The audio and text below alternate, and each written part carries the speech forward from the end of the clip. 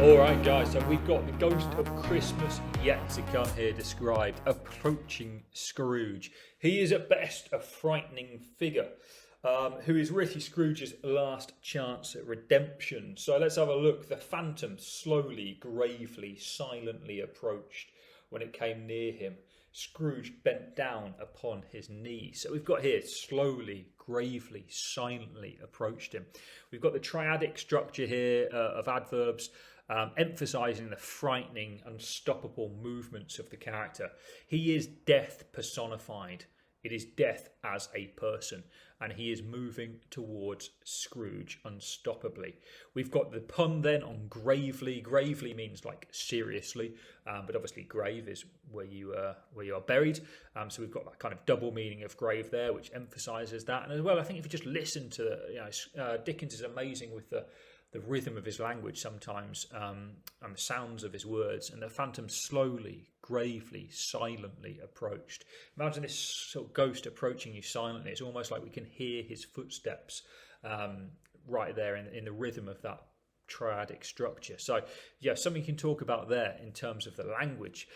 When it came near him, this is death approaching Scrooge.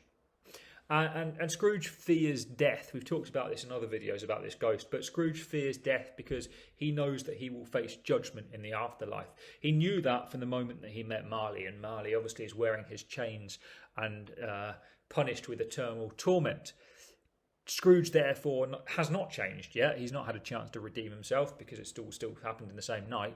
He fears judgment, and he doesn't know if it's too late. And then we have this visual image of Scrooge bending down upon his knee, a different reaction completely to the earlier ghost, where he mocked Marley, etc., tried to put the flame out of the Ghost of Christmas Past.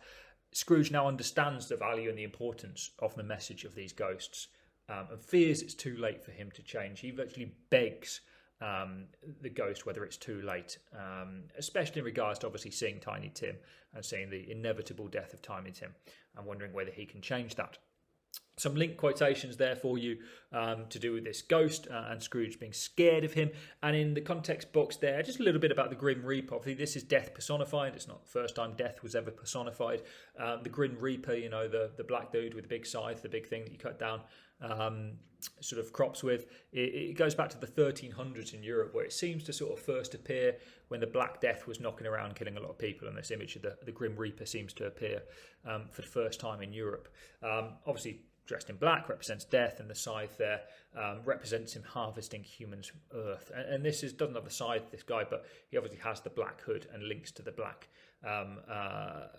of the Grim Reaper and death personified in the past that Dickens has kind of nicked that idea from, or shall we say made an allusion to.